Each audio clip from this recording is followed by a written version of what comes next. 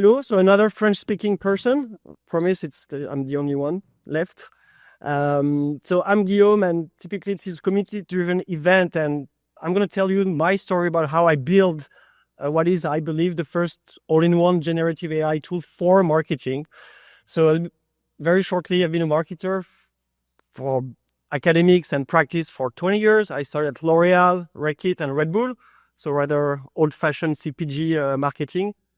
And I've been here in Silicon Valley for 17 years, where I've been a freelancer. I've built growth teams for Series A, unicorns. And for the past 10 years, I've operated a boutique growth marketing agency called the Growth Concierge. And I've developed a framework called the Growth Marketing Fit. And basically tonight, I'm going to tell you the story, not about FOMO, fear of missing out, but FOBO, fear of being obsolete. And that's what has driven the entire tool that I've built. So I'm going to try to answer a couple of questions. So where are we today in terms of AI and marketing? So a couple of boring numbers, but at least giving us the stage of what we're talking about. And then we're going to hint at the framework that I've developed, but more importantly, I'm going to show you what you can do with the tool I built. Sounds right? Perfect. Thank you. So where are we at? So as marketing practitioners, we've been the first sector, if you will, or practice that has embraced AI in its many fashions, more than consultants, more than tech, because the obvious use cases were revolving around copywriting and drafting blog posts and social posts. I think everybody has done it at least once here in that audience. So for once, marketing is at the forefront of the change, and as marketing professional, that's rarely the case to be at the first spot. So I was telling you about fear of being obsolete. So that's a real thing we're 15 million marketers worldwide, close to 4 million in the US, and here it's more of a representation on how AI is disrupting each of the roles. And not surprisingly, content writers or anything that has copywriting at its heart has the highest chance of being disrupted. So social media managers, content writers, email marketers, all of those guys are first in line to get disrupted. Not going to be replaced because I have a different angle, but this is, very serious. So 18 months ago, I was literally seeing in front of my eyes, as you might have too, like trying couple of really basic marketing prompts, and I realized very, very quickly that we were in jeopardy. Like not only me as a marketer, but agencies, SEO, a lot of things quickly, came up and say, okay, there needs to do something. And for this little story, I investigated that the weekend when the Silicon Valley Bank debacle happened, so around end of February. So basically I had $50,000 out. I couldn't pay my rent if I didn't get the money. So I had like 5 beers on the Sunday afternoon. I was like, what else can kill me? Well, maybe AI. And that's kind of the very Sunday starting point that I started to build Maestrix. And so, we've been marketers, marketing roles, and now marketing tasks. So what's interesting, but not surprising, is that AI is used, 80% of AI in the context of marketing tasks are done in the early stages of marketing production.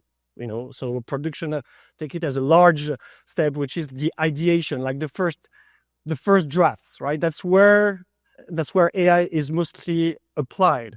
Then editing, rewriting, etc. That's kind of a long tail of use cases. But what's really interesting is that it's very much over-indexing towards getting closest to the end result. And I found out very odd as a 20 plus year marketing practitioner that marketing strategy was completely out of the picture. And by marketing strategy, we're talking about positioning. We're talking about a lot of things that I'm going to show you during the demo. So this is more like marketing, and in this context and AI, a lot of people have kind of did the same reduction that content is marketing, marketing is content. It used to be marketing is advertising, so now marketing is content. But AI goes way beyond, content production. It impacts data tracking and analysis. Like I can make more sense of hidden patterns that analytics are giving me as, raw numbers. Behavioral psychology, I can summon psychological biases or apply different psychological levers to tweak a direction of a messaging or the way I can prepare or envision the perception, prepare the perceived value in the shoes of the customer. Also web development automation, that's obvious for coding. So really taking a step back, it's not only content and copywriting, it really is the entire stack of marketing. So now I'm gonna, handhold you to my framework, which I dubbed the growth marketing framework. So I've deployed this against 300 plus companies. I've trained more than 1,000 students on this. So it works empirically. And it is very simple in its understanding. So you have three core components that is the brand platform. So a voice, a tone, a logo, a font, a palette, anything that makes a brand. You have the positioning, which is a subset, which is more intangible, like it's a strategic bet that you're taking with your product, trying to address a market, providing a solution to a common shared problem. And the third ingredient is what I call plumbing, which is data tracking and making sure that at every stage of the way, we are data informed. And we know that in marketing, if you're not talking attribution, you're, the CEO or your VP has no ears for you. And so with these ingredients, to emulate those three ingredients, there are 3 steps. The first step is to achieve audience message fit. So the right message to the right audience, meaning a job to be done to a value proposition or to a benefit. That's, mix matching the different elements.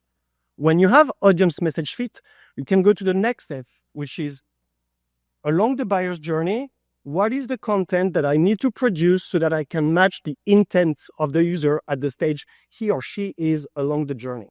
So if they're very early, it's more content about problem awareness. If they're rather down the journey, it's going to be more about reassurance, conviction, and social proofs and whatnot to get them to the conversion, right? And the last pillar would be conversion channel fit. So along the journey, you want to have specific milestones that are specific to certain channels. Typically, I'll give you an example. When Mini is doing Facebook ads, they don't expect to sell cars directly from Facebook. Well, you could argue that Facebook Marketplace can allow that. That would be more peer-to-peer. But that's what I mean. It's like conversion channel feed. Don't expect to sell a car directly from a Facebook feed, right? So that would be, that's a longer journey. And so that framework basically is what I took and sliced and diced it into prompts. So the way I've done that is I've tried to break this into ingredients or building blocks, if you will. And again, this is very much well-identified marketing jargon here, and very, self-explanatory concept. So whether it's positioning, the journey, we just talked about that, an audience, a campaign, keywords or content, all of those ingredients, they make the minimum viable marketing stack from an execution perspective. So I've tried to turn that into AI. And now the question is, how did I do that? So now it's story time. So from prompt to practical AI, a Phobo story. It's very short. So I started in March 2023 by compiling my prompts in a Notion database, as I'm sure you have somewhere. Maybe it's a spreadsheet. And I want to give them a personality so I could sell them as NFTs and try to understand. So I was doing AI combined with Web3. So it was very interesting. But at least it was a way to give more than that was more than just a couple of lines of text. That was a prompt. How do you give a prompt to one to another? Fast forward to last year. So OpenAI released the custom GPTs. So for the first time, I could go into could expand from a single prompt to a workflow. So a combination of a more complex task that could be emulated by one assistant. So custom GPTs. And there was a big, excitement because that should have been the proof of concept for OpenAI to launch the GPT store and making the GPT store what the App Store has been for Apple, which never happened. And it never happened. So the GPT store did launch in January of this year, but it was such a letdown that I decided I would build the tool for myself, the tool that OpenAI never provided, or I wanted to have multiple collection of custom GPTs. And then Claude started to arrive with different models. And then Perplexity started to arrive. So there was just, okay, I don't want to be cornered into one LLM, right? I want to be able to play with everything as long as I have the right evaluation for a given task. So after 6 weeks of self-taught no-code development, I went with the first version. And fast forward today, there was more of a scrappy indie tool made by a marketer with no notion of coding to a prosumer tool that I'm going to demo right now. And with that said, please let me introduce you to Maestrix. So Maestrix, why Maestrix? Because it is a maestro in the matrix. You got that. All right. So it's live and it's working. So that's good news. So I want to achieve a couple of things. The first thing I wanted to do is I didn't want to ever copy and paste again a prompt in ChatGPT. Like going into a library or notepad, go there, copy paste the prompt, and create a product seed that would be the context for the rest of my task. And I quickly figured out that context wouldn't persist. So it was always a go back and forth and trying to spinning whatever product description I could come up with. 2, I wanted a way to organize all my outputs per their type.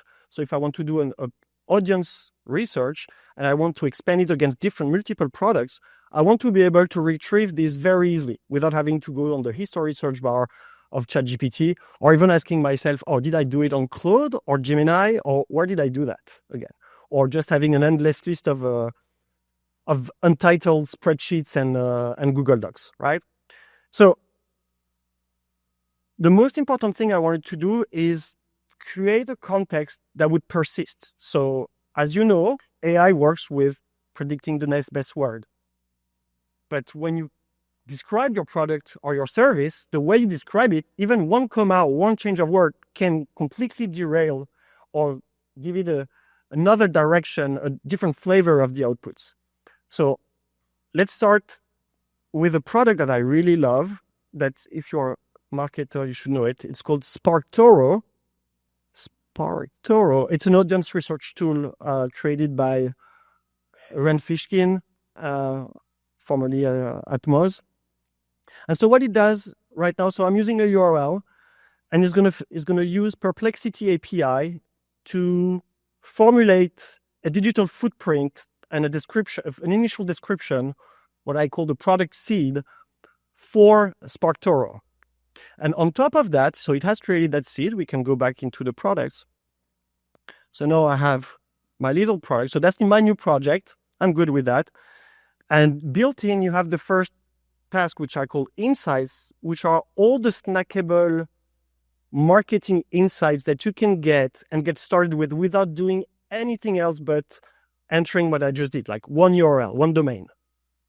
So now it's going to be, it's more bragging about how deep and precise it is, but let me zoom in. So on these insights, you have, target audiences, a bit of customer journey, a bit of obstacles and misconception, a bit of market insights.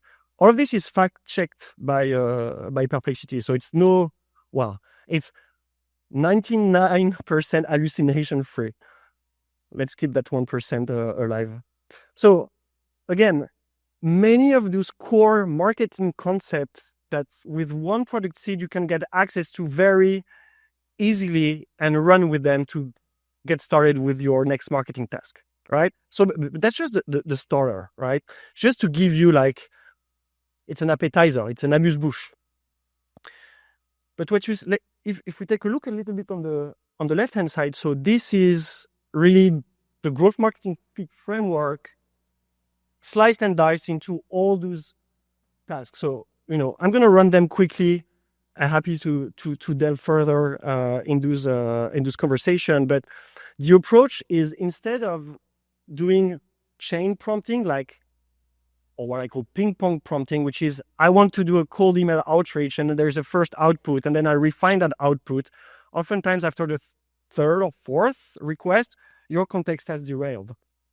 But not with Maestrix, because the context is built as you go and is stored in such a way that it always is called at the right time. For instance, well, I'm not going to tell everything now, but for instance, in the audiences, it's a mixed bag of me creating synthetic voices from persona that are stating their problems, their jobs to be done, the blockers, the unique value proposition or the unique benefit that our product is using to overcome that problem.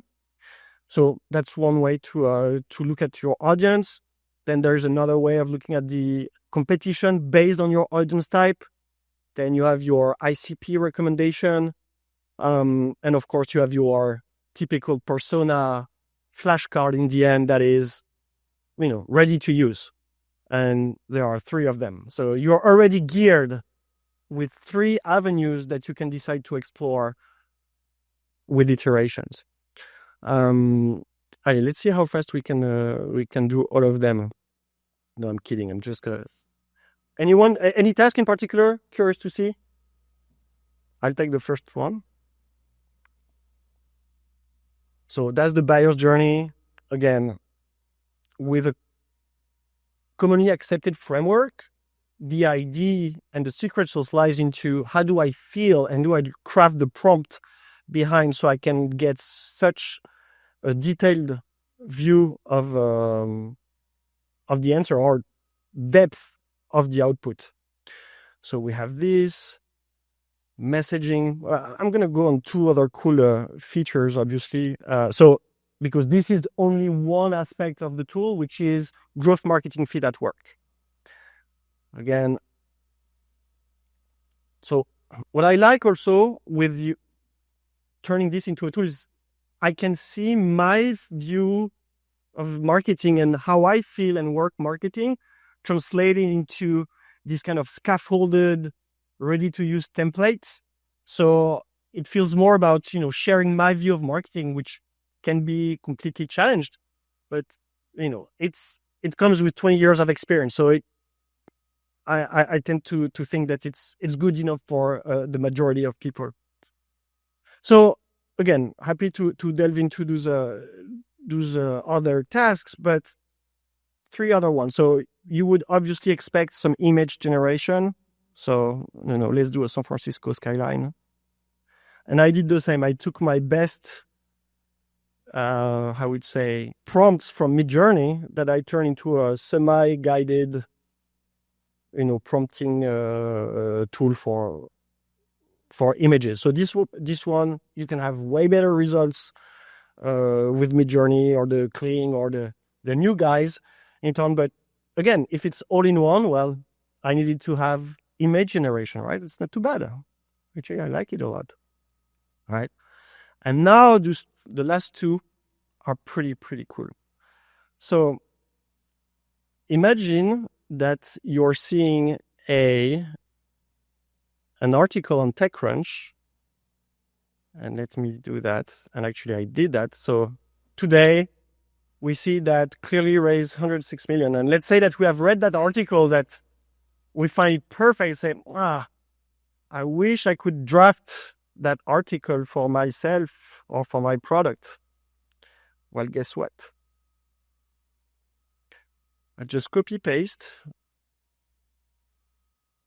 So it's going to be my clone or my mirror.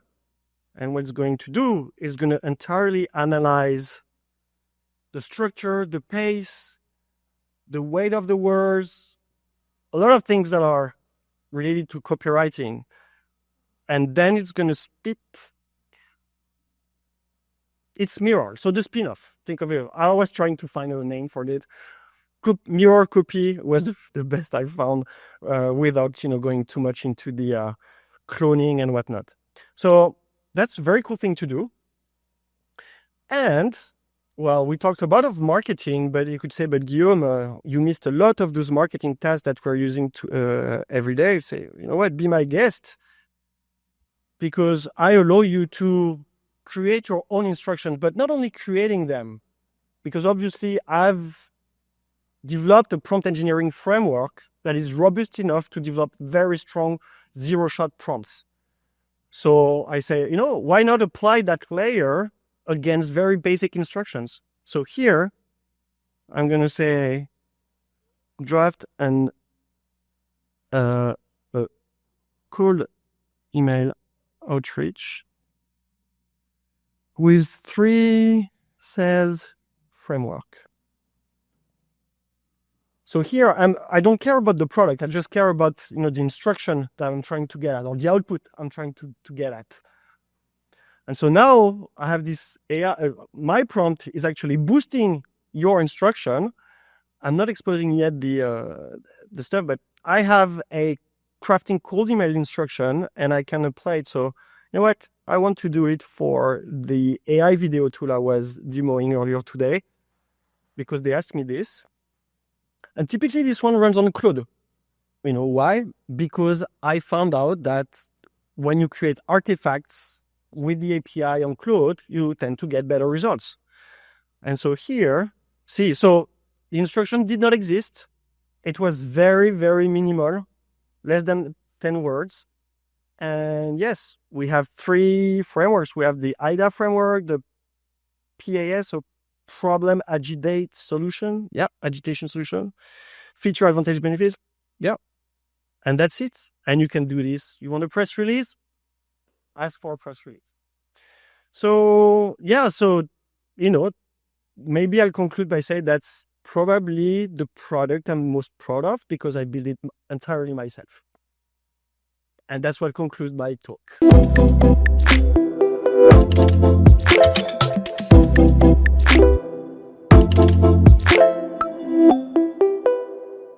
At every stage, there was a kind of a defining moment where I said, this is what I should do. And I think the first takeaway is, instead of rushing to build fast, I did the opposite. I was taking it very, very slow. Like taking into consideration that any new model or release per OpenAI or Gemini XR could completely disrupt this. Fortunately, they don't care about marketing. Nobody cares about marketing, or everybody thinks they know marketing. So that's why I think I'm filling a gap that is pretty interesting with all that ready-to-use scaffolding. So really it starts with prompt engineering, like understanding how you ask the machine to get what you want. And you start with 2 lines, and then you add, I want to add some more refinement. So it was really at the beginning, back and forth. And then when I was happy enough, I was like, okay, here's the output. Write me the prompt with the entire context of what we did, and so that I can summon this and get this exact structured result every time. So I got my prompt, and I got a prompt engineering framework as a byproduct of it. So it was very challenging to, again, how do you give prompts? I knew it had value, but once you give a prompt, like a piece of text, it's gone. It's not yours anymore. So I spent a lot of time asking myself, okay, how can I, and also very important, the perceived value of a prompt is 0 until you have run it the first time, right? Because I could give it, hey, Guillaume, I'm Guillaume, here's my positioning prompt. Okay, thank you, Guillaume. We have 1,000 like you. Yeah, but then you need to run it, and then you need to see that mine goes way deeper and is stronger than any other one. So, And I think the driver is really building the tool for myself. The tool, it seems very cliche, but again, saying I need to find a way to stop copy pasting this prompt from one way to another was really kind of a driving force. And I knew my prompts were good because I had the French arrogance of thinking that because I've done this a long time, I put my 10,000 hours in it with 20 years of experience. So I knew it was more about the user experience. How do I make it practical? And if I could make it in sort of a elegant shell, it's like, I prefer it to be eye candy than working 100% of the time, if that makes sense. Because I wanted to have an environment where I feel, okay, I'm not really using AI. I know it's AI, but I don't want to ask myself, what is the model that I need to use for this task? How do I prompt effectively to get the output that I want? How do I manage those outputs? How can I transform those outputs? So I leave you with this. This is just the first stepping stone of, getting things started. And when we'll enter the agentic world, then it's going to be the true magic one where you'll push a button, you'll press your brain juice to make it 100% what you want, and then you let the agent implement, whether it's in an ad platform, on a CRM, or emailing platform. That's the future I'm working on.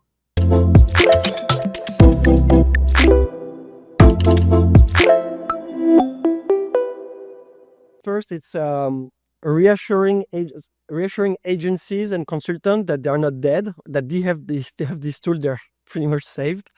No, but it's a very good question, because price elasticity, people don't know how to buy AI but a subscription to Claude or ChatGPT, right? So they have this reference of $20, $25 per month that is very, very hard to go beyond. But I mean, I'm asking you, when you see the value, when you hire an agency for all the tasks that I show you, what's the price tag of that? Well, I'll tell you what, it's more than 10K, and it's going to be more than 3 or 4 weeks to get everything done at their pace.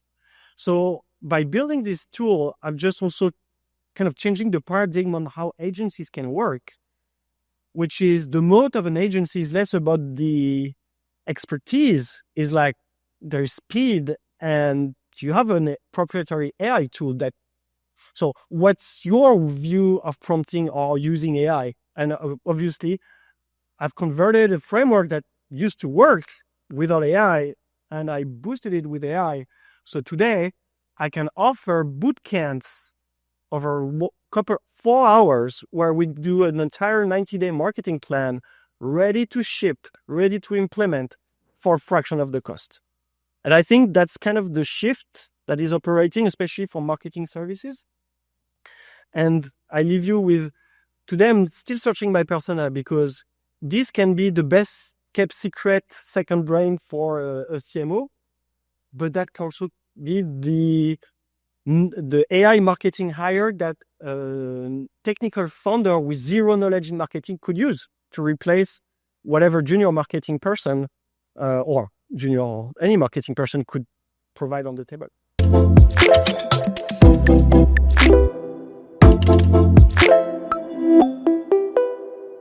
The way I went to a URL product to show you're right, having an established product has its impact because it's part of the training data of a model. So the cutoff date of knowledge from a model has an impact whether or not your brand pops up.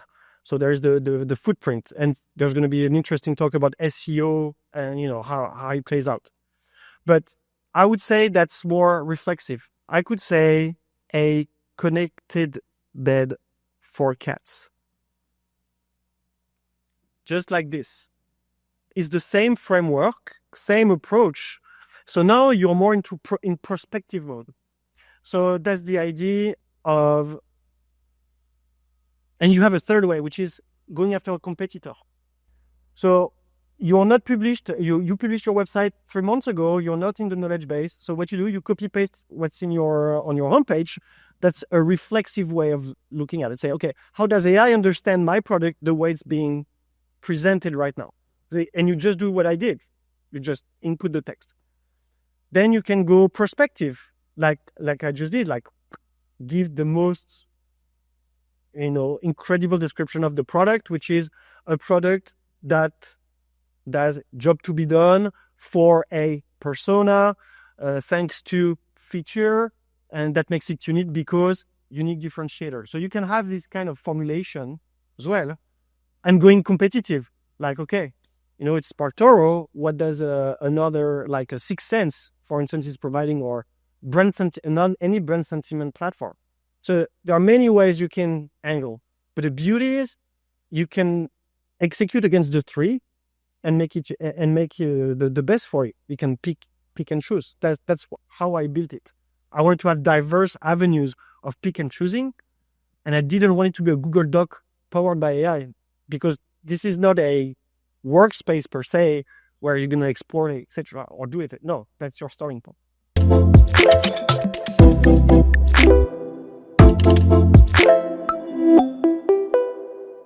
Oh yeah, so it's been live since February 16. Okay. And I've given, like, I was in French, under the jacket. Okay. Because I wanted to go slow, and I wanted really to understand if people were comfortable using another tool than ChatGPT or Claude or Gemini. Then I wanted to understand how they would react against a very dense, deep output, and they take a time to digest it. And so fast forward, it's 350 people are using it. There are 15 customers right now, and we've had 5 workshops that have annual licenses, so they come for the structure and they keep the tool for a year.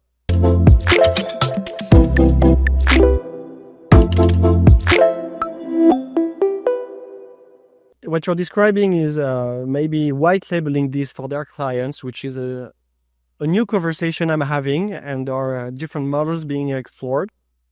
No, I think how they're using it today, well, they're using it more for pre-sales. A lot of consultants and agencies are using it for pre-sales to say, hey, in 3 minutes, I can draw a picture of your company, your brand, very accurate.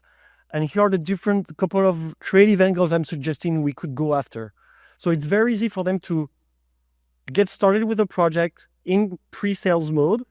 But then after they can, and that's also the idea of having a full kind of a cockpit of products, which is, at the end of the day, I might have 10 clients, 15 clients, doesn't matter, because they are all organizing their own projects and product seeds. And I can regroup them. I know always where to go for this, but you still need a human in the loop. Like when you create Google Ads, for instance, for SparkToro, or like, if I want to have a Google Ads for this cat, actually that's a good example, because it projects people into what they want to do next, right? So Google Ads is a very popular task because a lot of people need to do it.